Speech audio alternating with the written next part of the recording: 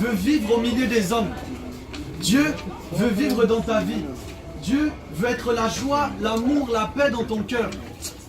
Il veut avoir une relation avec l'être humain. Et au commencement, quand Dieu a créé l'homme, il a créé pour avoir cette relation. Mais l'homme a péché. L'homme a commis le mal. Et l'homme a été séparé de celui qui est la vie, qui est l'amour, qui est la paix et qui est la joie. L'homme a été privé de la présence de Dieu. Parce que Dieu est lumière, Dieu est saint. Et l'homme a pratiqué les œuvres des ténèbres.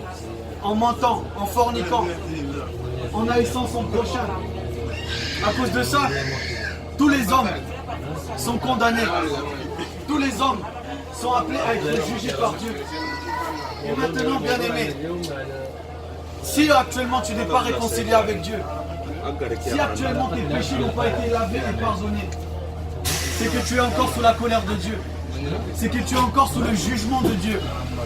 Et ce jugement arrive bientôt pour rendre à chacun selon ses œuvres. Mais tu sais, le Seigneur désire que tous les hommes soient réconciliés avec lui. Dieu ne veut pas te condamner. Dieu ne veut pas que tu sois séparé de lui. Mais Dieu veut te réintégrer dans sa famille. Dieu veut t'adopter. Dieu veut que tes péchés soient pardonnés. Le Seigneur veut te sauver du jugement à venir. C'est pour ça que depuis le commencement, les prophètes avaient annoncé la venue d'un Messie. Ce Messie devait réconcilier l'humanité avec Dieu. Ce Messie devait réparer l'humanité, réparer toute la création qui avait été gâchée par le péché. Et notamment ce Messie devait accomplir cela en mourant à la croix, en portant la colère de Dieu sur lui, en payant la note à notre place, afin que grâce à lui et grâce à son sacrifice, les hommes de tous les peuples, de toutes les nations, de toutes les tribus et de toutes les langues puissent se réconcilier avec Dieu et échapper à la colère à venir. Ce Messie, c'est Jésus-Christ de Nazareth. La Torah avait annoncé plus de 500 prophéties au sujet du Messie et de sa mission. Et ce Messie-là, les Écritures nous disent qu'il devait mourir pour les péchés et qu'il devait ressusciter en gloire. Et Jésus-Christ est mort pour nos péchés. Il est ressuscité en gloire. Il est monté à la droite de Dieu. Cela fait déjà 2018 ans. Et un jour, il va redescendre pour juger les vivants et les morts. Les petits et les grands vont ressusciter et vont comparaître devant le trône de Dieu. Et alors des livres vont être ouverts. Et chacun sera jugé selon ses œuvres. Mais j'aimerais dire à quelqu'un, oh, tu peux être sauvé parce que Jésus a payé ta dette. Si tu crois en Jésus, étant donné que Jésus a été frappé pour nos péchés, lorsque le livre va être ouvert, ils vont voir que finalement, tes péchés ont été effacés. Tes péchés ont déjà été payés par quelqu'un. Et ce quelqu'un, c'est Jésus-Christ, mort à la croix. Bien aimé, le seul nom qui a été donné parmi les hommes, par lesquels nous puissions être sauvés, c'est le nom de Jésus-Christ. Alors, bien aimé, en qui tu as donné ta vie? À qui tu as confié ta vie? Le seul salut, c'est Jésus de Nazareth. Oh, les religions ne pourront pas te sauver. Les philosophies ne pourront pas te sauver. Les séries, les amis, les copains, la famille, papa et maman ne pourront pas te sauver. Le seul capable de sauver les hommes, c'est celui qui est mort et qui est ressuscité. C'est celui qui a été envoyé par Dieu et qui est retourné à Dieu. C'est Jésus-Christ, celui qui est vivant pour l'éternité et qui ne changera jamais. Il est le berger de tous les hommes. Aujourd'hui, tous les hommes sont perdus. Tous les hommes sont éparpillés. Tous les hommes vivent pour eux-mêmes. Tous les hommes vivent comme eux, ils veulent vivre. Mais il faut que les hommes viennent à Christ. Parce que Christ est le pasteur. Si tu as Jésus-Christ comme pasteur, ce pasteur va t'emmener au ciel, là où Dieu est, dans le royaume de gloire.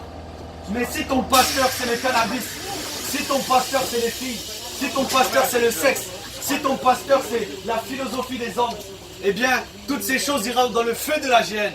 Alors qui est celui qui dirige ta vie? Vers qui tu te tournes pour être consolé? Vers qui tu te tournes pour être rassuré? En qui tu as mis ton espérance? En toi-même ou en Jésus-Christ le Dieu vivant? Tu dois faire un choix aujourd'hui. Jésus, avant de monter dans les ciels, il a dit à ses disciples, je ne vais pas vous laisser orphelins. Je vais vous préparer une place dans la maison de Dieu. Et je vais aller vers lui et bientôt je redescendrai, je viendrai vous chercher. Et partout où je serai, vous allez être avec moi. Tous ceux qui ont accepté Jésus-Christ sur la terre et qui gardent ses commandements iront là où Jésus-Christ est c'est-à-dire à la droite de Dieu dans le royaume éternel. Mais tous ceux qui n'ont pas accepté Jésus, mais qui ont plutôt marché en suivant le diable, en suivant le mensonge, en suivant l'orgueil, iront là où le diable va aller, c'est-à-dire dans les temps de feu et de soufre. Aujourd'hui, tu dois choisir. Tu dois choisir. Bien-aimé, j'ai fait mon choix. Autrefois, je fumais. Cigarette, cannabis, je buvais. J'étais rebelle. J'avais arrêté l'école. J'étais terrible. Mais vous savez, un jour, j'ai accepté Jésus comme mon berger. J'ai dit, j'ai marché comme je voulais. Maintenant, aujourd'hui, je suis une brebis qui est toute cassée. Mais Jésus, tu es capable de me guérir, de me restaurer et de me conduire. J'ai dit au Seigneur, j'en ai marre de vivre comme les hommes dans le monde, qui finissent blessés et qui finissent déçus. Maintenant, je vais changer de berger. J'ai dit, Jésus-Christ, sois mon berger. Maintenant, c'est toi que je veux suivre. C'est en toi que je vais mettre ma confiance. Et le jour où j'ai accepté Jésus, Jésus a accompli sa parole. Parce que Jésus a dit, vous connaîtrez la vérité. Et la vérité va vous rendre libre. La vérité va vous rendre libre du péché. La vérité va vous rendre libre de la dépression. La vérité va vous rendre libre des maladies.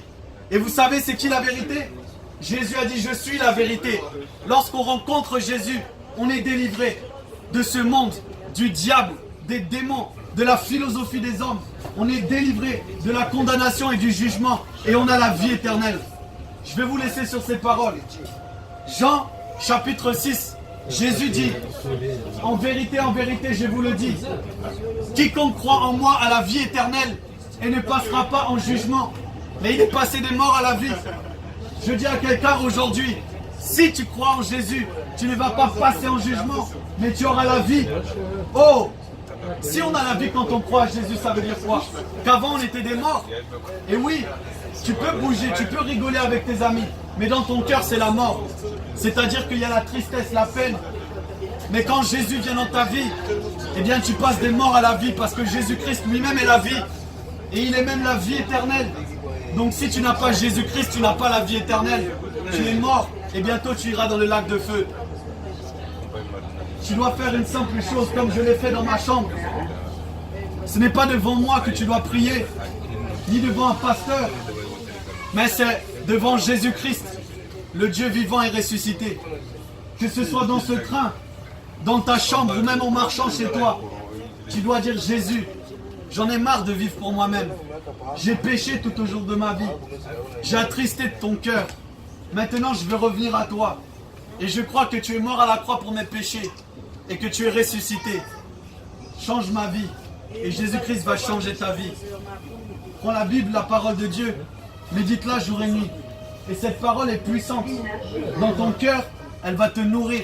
Et chaque jour, tu ressembleras de plus en plus à Jésus. Que Dieu vous bénisse.